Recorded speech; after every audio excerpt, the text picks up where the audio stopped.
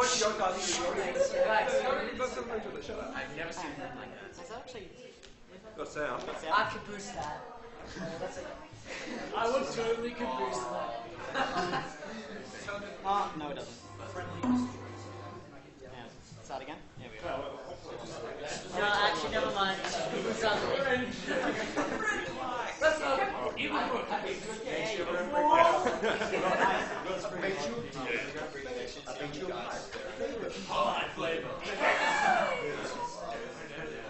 Is everybody sitting comfortably? Yes. Take a boost, I come. It's going to be a long presentation. Or would that be the caboose? Alright, so if you're in the right place, then you will know that this is... No. I like trains. Yeah. I get the feeling. So I hope you're all here for film and VFX. So we're going to start by showing you a film that Rick and I made together at Monash, one of our assignments. It was the subject, what was the name of the subject? Video effects and something or other. Video effect post-production or advanced video. Basically the brief was to create a video with a bunch of video effects that we each had to do. And this is what we came up with, so enjoy.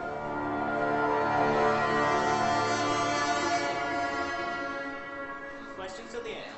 Is that a real move? I really don't. No, it's not.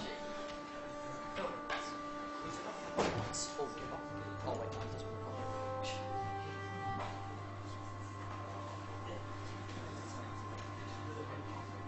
She needs to get ready. Tell her personally.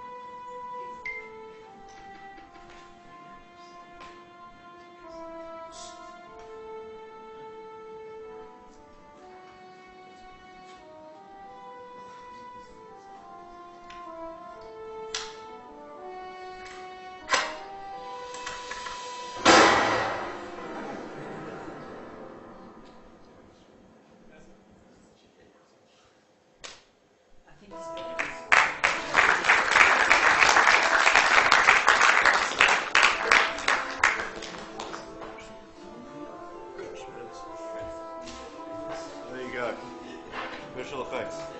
No, all of that was written. Cool. So, just so you know, Jason is an undead demon, so... You should have been it grows back. Alright, well, let's do a couple of shot breaks down, eh? Yeah. So, we want to go to like your lightning You shot. get a lightning shot, okay, that's easy enough.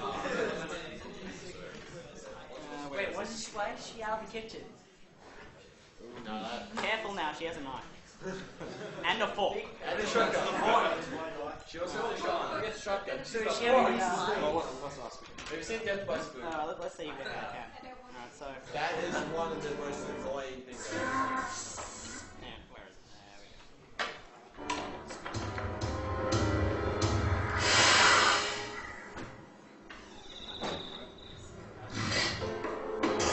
There we go. So, Yeah! so this lightning shot is one that Rick did. Before I go through and explains it, does anyone have an idea how you would do a shot like this? After Effects. Yes, Yeah, more obviously. specifically. using lightning. There's like a lightning thing in there, isn't it? I don't know, Rick did the shot.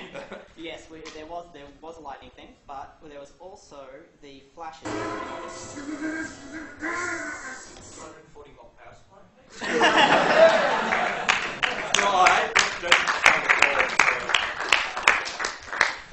Yep. Could you do rotoscoping? Yes. The two suggestions are a very good point. It's easy to say that you use the lightning plugin. The key to good visual effects is all the little things you don't realise. So obviously those flashes didn't happen in real life, but what we really needed was to get that area between the door and his chest isolated so we could put a bit of light into it. So tell me shit there, Rick. Alright. The way that I did it was, as you said, rotoscoped. It was one frame every so often, and every time I moved the frame, just alter the shape of the object. And then I put, I think, about 8 glow filters on it at like differing amounts, just so you could get that real bloom type effect. And then, of course, offset with that is adding the actual physical sparks. The SD version of it doesn't actually show that well, but there are, in addition to that, particle effect sparks that are coming out from the fuse box as well. That's basically it. I mean, it's a fairly simple shot to do. Move on to something. Yeah. Is there any comments on the video? Any what? Comments. Yes. There you go. There you go. Yeah. Alright. Is there any more questions about that particular shot before we move on to another one? Alright, good. Next So let's go to Jason's head. Jason's head. Everyone wants to see how Jason's head's done. About half an hour of that. Yeah. It's true. There's no exaggeration.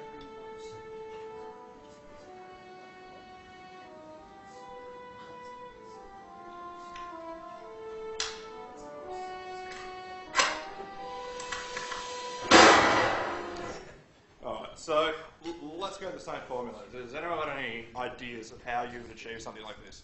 Yep. Do you still have two separate shots? Yeah, exactly.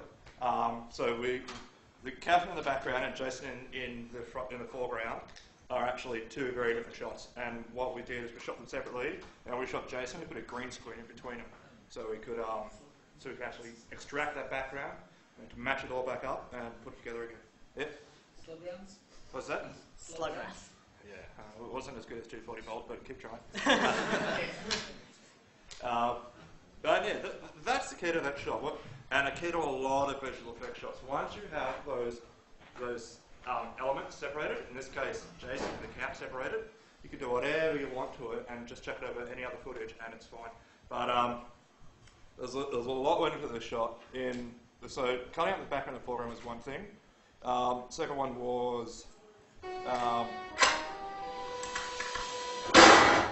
creating this stump. Any ideas of the stump? Still image in Photoshop? Yeah, Photoshop. Even though it's motion graphics, even though it's After Effects, even though it's moving, doesn't mean I can't use Photoshop. So what I did there in particular was took out a single frame, cloned down to Jason's head, cropped in some pieces of meat. I think there's some bacon and like all the blood and gory bits. It's like a bolognese sauce I found on the internet. His neck bone is like a rack of lamb or something. Just Photoshop it all together. Use a couple of blending tools to add all those blood splats to make it look natural, and then take that still frame and chuck it back in. And then, can anyone think of any weakness that you could get for chucking the still frame in a moving picture?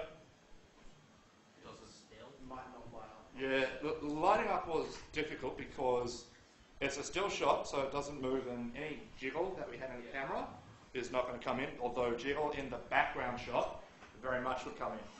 So we had to do some motion grading, sort of motion tracking there to match it up. Yep. Focal point? Yeah. Yeah, and that's also to do with first, and I'll go into this. Any minute movement that Jason might have had in his chest or whatever is completely natural. So when we freeze the frame, that naturalness disappears. So you can often tell if it's a still. So what we do is the camera had pretty much a very shallow depth of field. So as you can see right now, Catherine in the background is a bit blurry. She's out of focus. Jason's in focus. So what we do is we just literally add a blur filter as the focus changes back to Catherine. And that does two things. One, you get that cool rack focus, and two, it blurs out the front image. So any minute movement that just should be there, you're not paying attention to it. Because there are a couple of things that the human eye is attracted to. Well, one is movement, and two, in focus. You're going to be paying attention to what's going on in focus. You're going to be watching Catherine smirking. You're going to be watching, on the high-res version, the artificial smoke coming out of the gun. You're not going to be paying attention to this blurry blob in the background. So it's a very, very good cover-up technique. I'll be asking this constantly. Any questions in regards to that particular blurring of focus? Yeah? Where can I actually get a green screen? You're a Monash student or not? Yeah. If you could join the Monash Bits degree and take multimedia major, We've got like 3. yeah, there's a couple. You can get there's one which is like an studio made of wood and painted. I don't know the second one, but we got a pop-up one. You know those the car windshield things that you pop in to stop the light coming in and you never get it back together again? Yeah. We got one of those, which is a green screen. Pops up all the way. What was the third one? It's like the third one, it's just a temporary one. It was mainly paper on a roll that's attached to an A-frame. Nice. If you can't wait, get into Monash, use the green screen. You can always go to like Spotlight or something and buy just a roll of like green like material. Yeah. But provided it's not too thin, because you don't want any light coming through the back of it. Yeah. That's the key with green screening. You've got to be completely flat green the entire way, which means no wrinkles, no uneven lighting. But you could go on for hours with that, such as in one of the classes at Monash.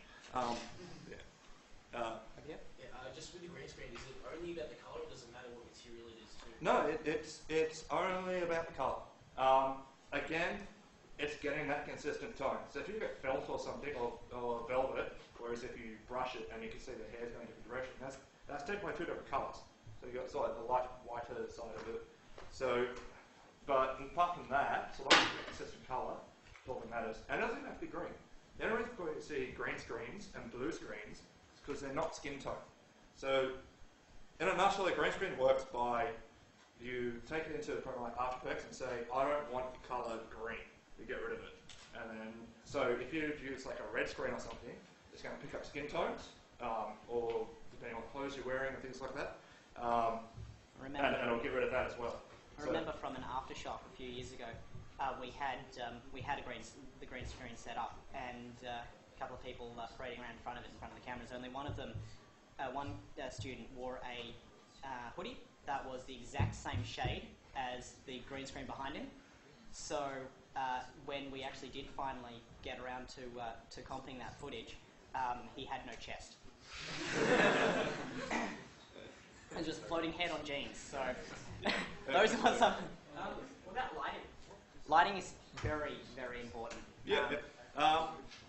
Lighting on a green screen. You mean on a green screen or in general? Yeah. Again, it's back in a consistent tone. So generally, you'd want to get a light in between your actor and the green screen. I'm going to jump on Paint. Yeah. If they have it. Oh, it's XP. I can't search. I have to do it the hard way. Where is it? Accessories. Paint. All right. Now watch my elite mouse drawing skills. So if you have your green screen sort of here. Hey, that was worse. Wasn't bad. So the camera here. That was bad. On a tripod. With the man waving. Very old camera. Is that a real? Yeah. Make sure to add me on draw something. All right. And then you have your Shakespearean actor here. Don't forget the ruffle. Yeah, but it's 2D picture, so it's hiding. It's like here. Yeah. Okay. So generally, the actor you might have two lights. One there. One again. 2Ds is a bit annoying. 3, and you might have another one pointing up at the actor here.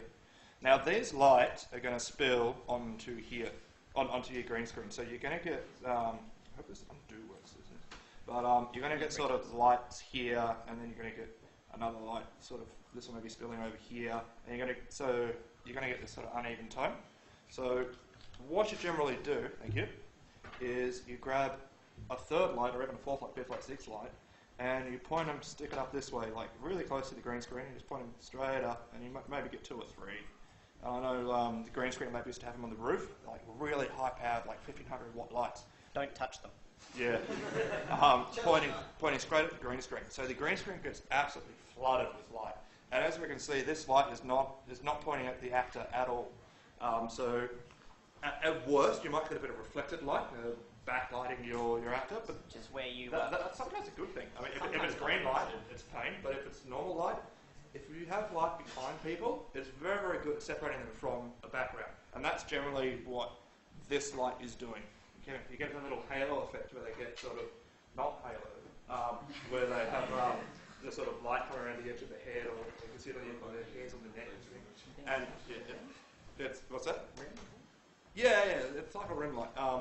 Yeah, and the whole point is to distinguish, because film is 2D, so you have to make sure that people get the difference between foreground and background, so that's what a rim light's very good at. But yeah, flood the hell out of a green light, so it's only, and the green screen rather, those lights behind the green screen are high powered, so the other lights aren't going to have very much effect on them at all. That's 101 of lighting a green screen, but it's obviously very sort of Is it possible to use situational. natural lighting at all? What's that? Is it possible to use natural lighting? Yes. Yes. If you go outside on an overcast day, Yeah. absolutely perfect, because it's perfectly even lighting with no shadows. Okay. Yeah, that's the other thing to watch out. Casting shadows, that's going to ruin it as well. Yeah. But yeah, an overcast day is absolutely perfect for a green screen.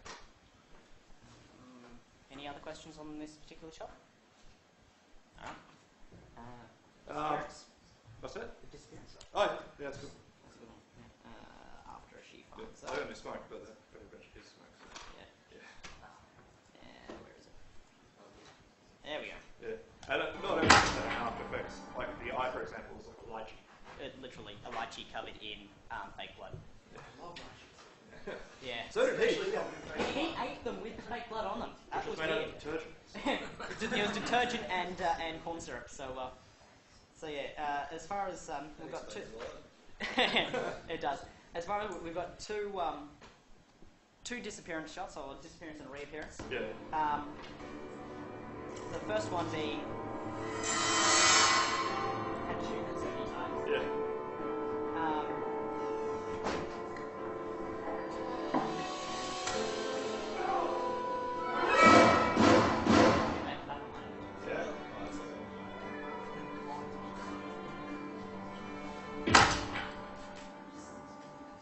So that's the, essentially, all that is very much, I suppose we pass it over to question. Yeah, let's stick to the format. Stick to the format. Guesses first. Guesses first. Yep. Is it just 2 shots and you change the opacity on one? That he could do it, but that's One way. Anyone else? No. Alright. It is 2 shots. It is 2 shots, but not quite in the way you're thinking. We've got a, as this entire section is from about there, from this cut we've got, that's all one shot. The only part that is a separate shot is in fact Jason's disappearance, really.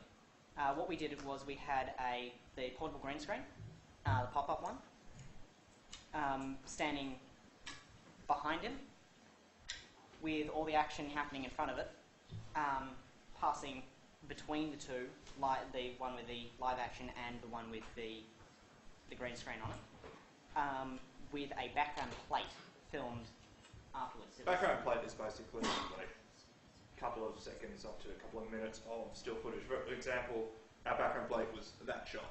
So we, after we shot the live action with Jason in the shot in the green screen, we left the camera rolling to just get this in so we could put it, we could fill in the place where it's supposed to be. Aside from that, You want to go through the particle effects? particle effects, yes. When he clicks his fingers, there are sparks that fly off it, which again, high resolution. Yeah. Unfortunately. But the smoke effect was actually that was like a turbulence done in After Effects. I had just a gradient type noise as a texture, and then I added a sort of a turbulent warp over the top of it, and then that was then used as a transition between the live action in front, which was rotoscoped, and the green screen and rotoscoped. Oh, lucky you. Yeah, Yeah. fun times. This took me ages. Yeah. There was about, I think there ended up being around about 47 layers in the shot.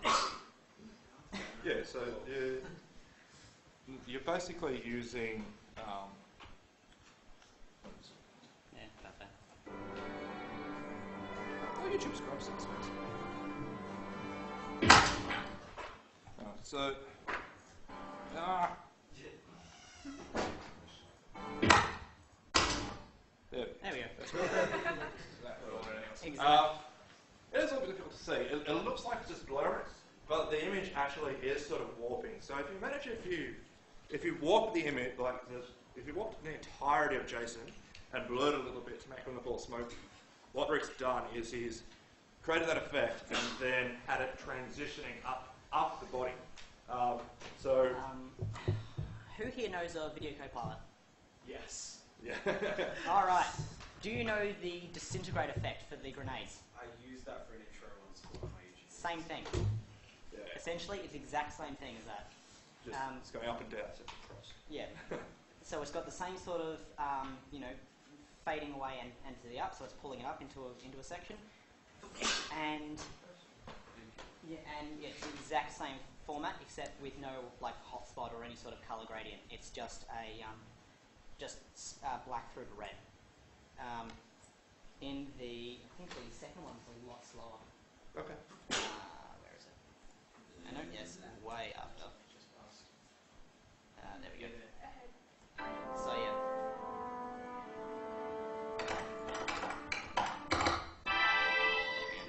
That really is fast. There we go. That's a better way of doing it. So the way that Jason actually did stand up from a crouching position, as well as having that sort of effect come in, but instead I actually reversed the, just got the transition effect, ran it backwards. So it's the exact same shot, just copied and pasted from the previous one, but ran it backwards.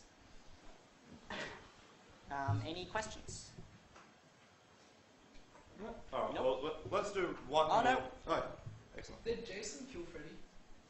There we go. We'll do one more refresh from this film, and then we'll get into some actual After Effects and stuff, and we'll have a look around it. But yeah, excellent. Please. How did you make his eyes black? That's the next one. What's the best one? We'll do the one where he's got one black eye and one empty eye socket, because that's always good fun. Perfect. Yeah. What's that? Yeah, you can tell on the high-res version. It's a little yeah, it's like It's a little bit red, but Yeah. And then we also colour graded the film afterwards, which sort of we pulled the saturation of the entire film down to make it look more sort of like supernatural and nighttime as well. yeah. Which again lost all of that blood redness out of it. But alright, stick to the formula. Any guesses on how we would have made the eyes black? No? Alright. Oh, up the back. Photoshop every single frame. Close. Close. Close. We very cleverly passed this off to Catherine, who was the girl in the film. So she got to do this. After Effects and a lot of other effects software have what's called a motion tracker. And what it does is you pick a point on the frame, and then After Effects goes through frame by frame by frame and tries to find that same point again. And when it works correctly, what you get is After Effects following a particular point. So in this case, Catherine probably would have used right in like the eye socket, because it's very distinctive. It's got a very good contrast between like the white of the eye and the pink of the skin, and it's very recognisable. Plus, So- he was also wearing eyeshadow, which made it easier. Yeah. He liked that. Strangely, it was really weird. Yeah. So once you have that data, that After Effects knowing where Jason's eyes are, you literally need to create, well, for an eye, for example, an eye-shaped piece of black. So I think she did in Photoshop. Yeah, she did. She created a black sort of eye shape, added a bit of a shine on it to make it look curved, and then she would have assigned that to that tracking data. So wherever the tracking data is, which is wherever the eye is, the picture of the eye will go as well. And as you can imagine, that's a bit of a pain because eyes rotate and move. So They also blink. yeah, and blink. So even though she had it following the eye, she still had to go sort of scrub through very slowly, and sort of tweak it and fix it every now and then. At points, it was at, I think at some points in it, it was frame by frame. When he was searching around after realising that she was gone after playing Tetris, he was blinking and looking around all the time. She actually had to go through that frame by frame by frame in order to match up everything perfectly. Yeah, so sometimes when the movement is too quick, such as looking from side to side, the motion trackers just can't cope, they can't find it. So you literally have to go frame by frame and just copy paste it in. Empty eye socket is exactly the same. It's just using a black thing, used Red thing, Yeah, basically. yeah, pretty much. Yeah. Any questions? Oh, they're all tired. Yeah. Over here. It's just a movie in general. Did you Yeah. affect like the majority of it, like so that it's lost most of its saturation? Because it seems to be like more white than what one usual film would kind of expect. Yes, Yeah, it's like I said, we color graded the whole film, so we brought down the saturation, and we added a lot of blues, and we bumped up the shadows as well. But the problem is when you're shooting, and this is something after the learning process, and it's happened before, when you're shooting sort of day for night, or even when you're shooting at night, you want to have lots of light so the camera gets good quality image.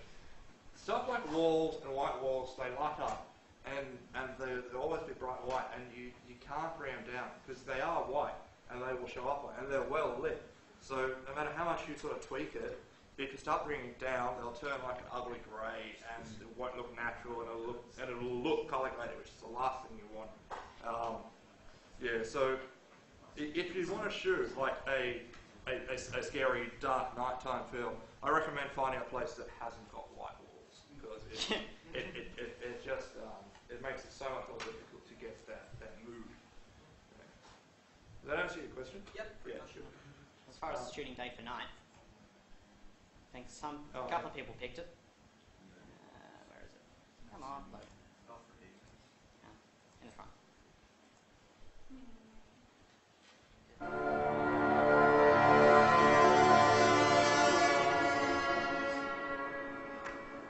Also, always use a tripod. Always use a tripod. Yeah. And if you're using a DSLR, turn off the auto adjust for the lighting. Yeah. So that a lot of you obviously picked the moon, which we sort of exaggerated, but that is a day for night shot. Compensate. Yeah. I mean, if you're going to be critical, and I think I'll be panned away, you can see here that this gravel is lit up. Again, because the sun is coming from this way, lights it up. And same problem. It's the brightest thing on the film. Yeah, at night it wouldn't be, but there's like no way to get around it unless we painstakingly went in and sort of like masked that area off and painted it differently. And yeah. But of course, we're all uni students in third year trying to do 12 things at once, and it's like good enough. Because it's so small, you wouldn't notice it. Yeah, and of course, the shot pans across. I mean, I didn't notice it until then, if I'm honest. But yeah. Yep. Also, when there is a full moon creates light to light things up a little, like rooftops and that. Yeah, and that's the other thing. Well, we put a bit of light on the rooftop, because like I said, the light was coming from the thing. But when you're shooting a shot like this, you had zero control over the lighting. So you had to pretty much pick your time of day. Or, I mean, like we could have added in some, maybe we should have added in a bit of a glow behind that sort of scaffold tower in the middle to sort of get that. But I'm pretty sure that glow on the moon I added, I just pulled the image of the moon off NASA and chopped down a perfect circle and then judged them behind. And again, so how would I get it in behind the scaffold? Is a blue screen. We have a massive blue screen. It's called the sky. Yeah, so again, just pick. I don't need the sky. The sky is all one colour. It was a cloud-free day. Click on the sky with the chroma key, and away it goes. And then put my own sky in there, and you'll see the sky replacements happen a lot because it's hard to control clouds. If you filmed in the afternoon, would reds and things really interfere with the shot? Not necessarily. Like in the twilight sort of times of day. Yeah. It depends how much sky you get in the shot. I mean, like. And also how many clouds you've got as well. Yeah. We're sort of post people, so we say, red, whatever, we'll fix it in post, we'll colour grade it out. But yeah, it depends a lot on the shot. If the sky's in the background, yeah, you'll see. You won't get so much sort of reflected red. So if you're like, if the sun's setting over there and you're shooting this way, you're probably, yeah, I wouldn't encounter it. I wouldn't think so. I mean, if all else fails, set your white balance. Yeah. Just hold out a white piece of paper. If that's slightly red, set that to what? Set your camera to change that. Yeah. Read that as white, and pretty much most of that red should be just gone. Yeah. I'll just quickly explain. White balance on cameras is camera lens works differently to a human eye, and the camera has a set definition of what is white. It'll change depending on whether you've got like these halogen lights here, which emit a yellow light, or fluorescent tubes, which emit like a blue light, and they can affect the overall colour of your shot. So you can actually set the camera to say, no, this is white. It may look slightly blue, but it's actually white, and that's how you get sort of matching the colours in your shot. Especially when you're using different cameras, it's absolutely essential. If you look at the stream in the main hall on the TVs up the back, you see that the shots are actually slightly blue, and that's an issue with white balance as well. Any other questions? Any other questions in regards to the film in general? Anything? Was there anything in there you saw that you would think how to do that and we didn't cover? No? Excellent. All right, let's go on some motion graphics then, mate. All right. Can you refresh the page quickly? What? So we have another. You've liked it or commented? Maybe later. Later. Alright, switch over this. I'll do it at the end. Laptop? Yeah, laptop. Fantastic. So this works. These work.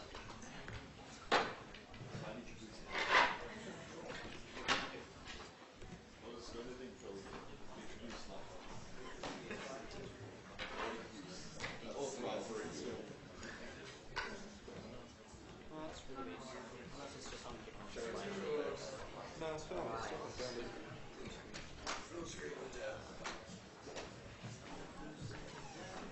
Give us a second. How many IT people does it take to plug in a laptop?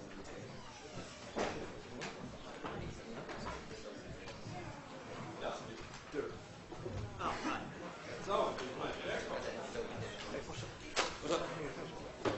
I don't know, where are we finished?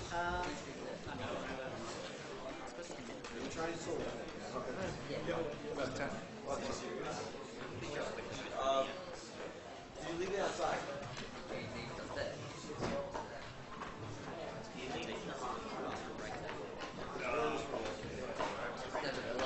Oh, big room. The main room 16. 7. Which is I want to. Yeah. Then go back to the.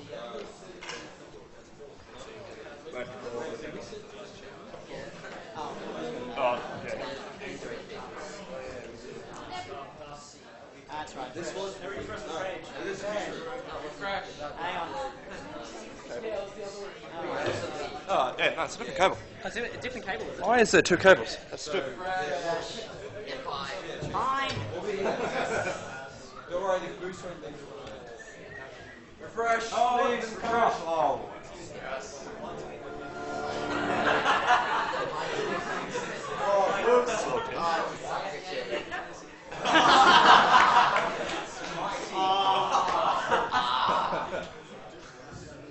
Screwed up. Yes, I did. I don't like this because when you said that, it doesn't Alright. Now let's have a look. Yay! Tetris! Yay!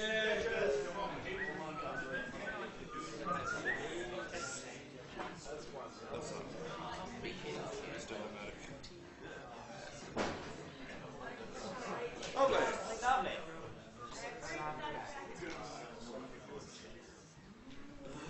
You wouldn't, would you?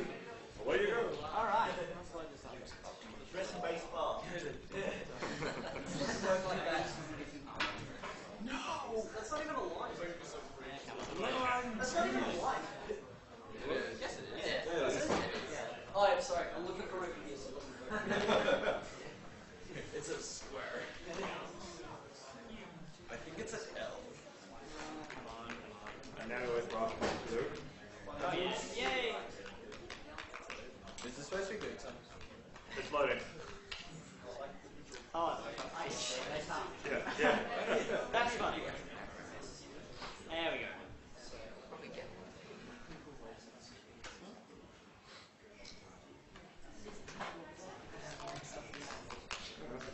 That's very interesting. That's right. Okay. I really hope that's not there. Now, let's just go back to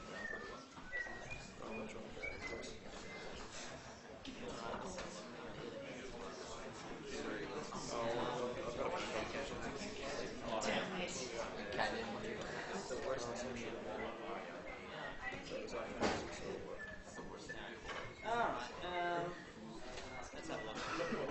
This is actually...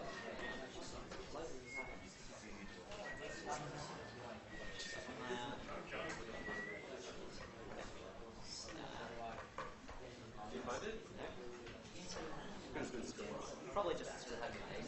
No, that's definitely not my face. Alright, alright, let's look Zoom out next way. load it. There we go. So, stick it in.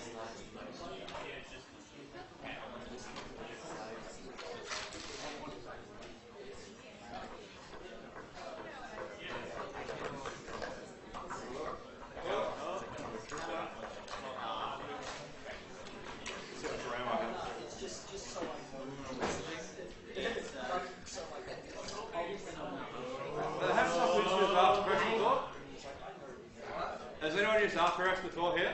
A little bit. You'll be familiar with After Effects. It'll do a bit of a render of what you're working with, and that's what this green line is here. So those who haven't used it, first time you play it through, it builds all the effects that Rick has done, and then so it can play back to full speed, and it's running around, and I stop playing. So we'll play what's done so far. What's that? No, it's your project.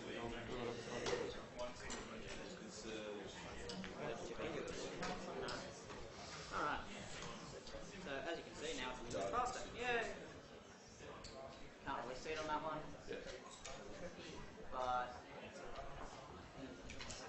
did they actually show the intro for CGBC this morning? Yeah. Alright, then you've all seen it. Alright. So you actually know what it's supposed to look like. What was it? So it was a 10 burst and it was minus 3 points. Yeah. Alright, so that's basically VFX breakdown. Okay, as you can see, we've got, okay, this is the upper layer. So this is where I've built all of my different effects. I've got my lighting, I've got my camera. The text itself is literally just a whole bunch of, where is it? Where's static? Nope. Okay, static text is actually just a whole bunch of different things. So what I've done is just separated out all the layers into. You right there, guys? Yeah, sorry. What I've done is I've separated it out in a shift channels function, which is one of the preset plugins, I think. Is it? Yeah, it is. You can actually just. I thought you had to buy it. No. Cool. And so if you turn off the things, then you got just red. Yeah, if you know your basic sort of monitor setup, you'll know that every pixel is made up of 3 other pixels, which are, well, 3 subpixels, which are red, green, and blue. And what this split channels is allowing us to do is actually separate those 3, red, green, and blue, which you should use to sort of wiggle around and create effects with.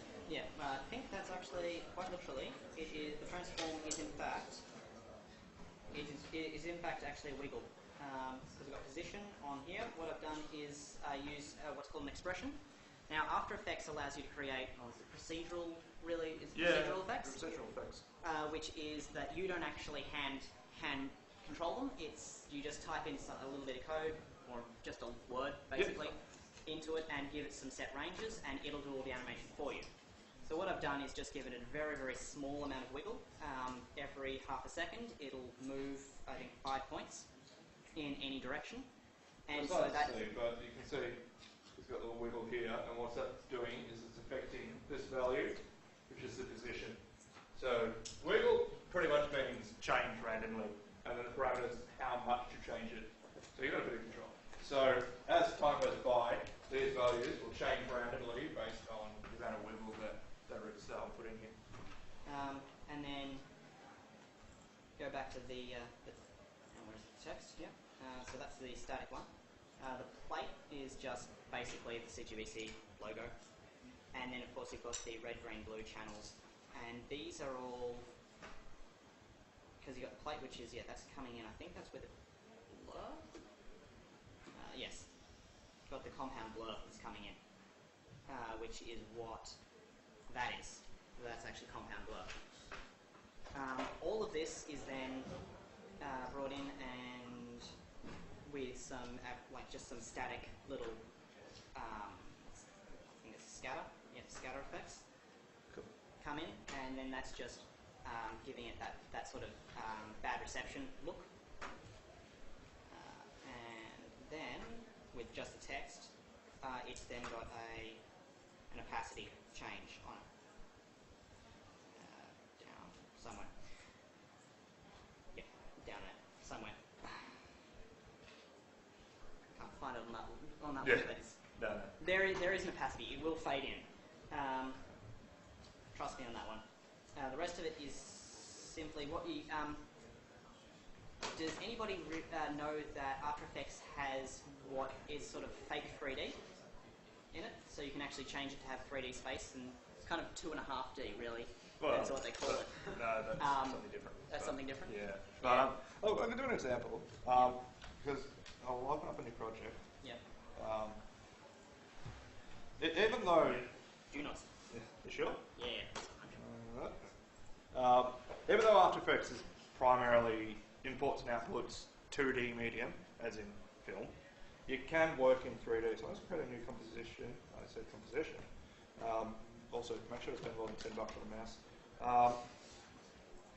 What we can do is if we create, say, a solid, and we'll make it blue, because that's the colour of Caboose. So at the moment, this is a 2D blue layer, so I can move it and scale it in 2 dimensions, like X and Y, up and down, if we're skinny in. But I can't make it sort of deeper or move it around in 3D space. So what I'm going to do is create a new camera, because in order to have 3 dimensions, you need a camera. So layer, new camera. We'll just make it 35mm, which is, whether you understand the settings or not, 35mm is pretty much the same as a human eye. So when in doubt, 35mm. And then I'm going to say I want this 2D layer to be a 3D layer, which is by checking this little box here. And what I can now is I can use the camera control tools to actually orbit around in 3D space, and I think it's a really cool stuff through this. You can also use depth of field and motion blurring and stuff like that as well. Yeah, so I want to duplicate this and move it sort of forward in Z space, make it cross, change the colour, make it red.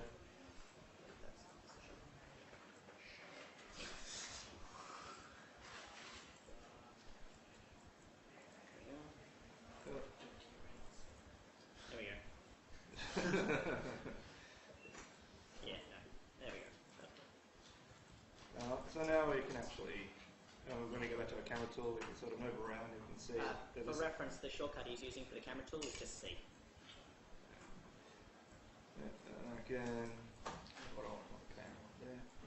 So often you'll see a lot of effects where people just sort of get things in 3D space and they just move the camera sort of left and right, and you get this sort of what's called parallaxing, where like things in the foreground will move faster than things in the background, and that's the sort of very simple After Effects 3D camera stuff that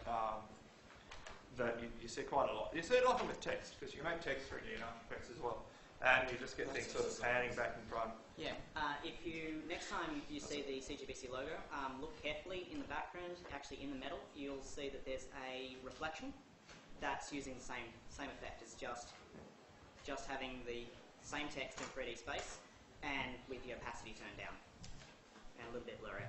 Yeah. Yeah. Obviously, the weaknesses of this obviously you can only do 2D flat planes. So if you want actual 3D stuff, you need a 3D program like Maya or Cinema 4D or Max. And I believe that's our wrap up, is it? That's our wrap up course. It is. So, Yeah. if you have any questions, feel free to bug us later on sometime.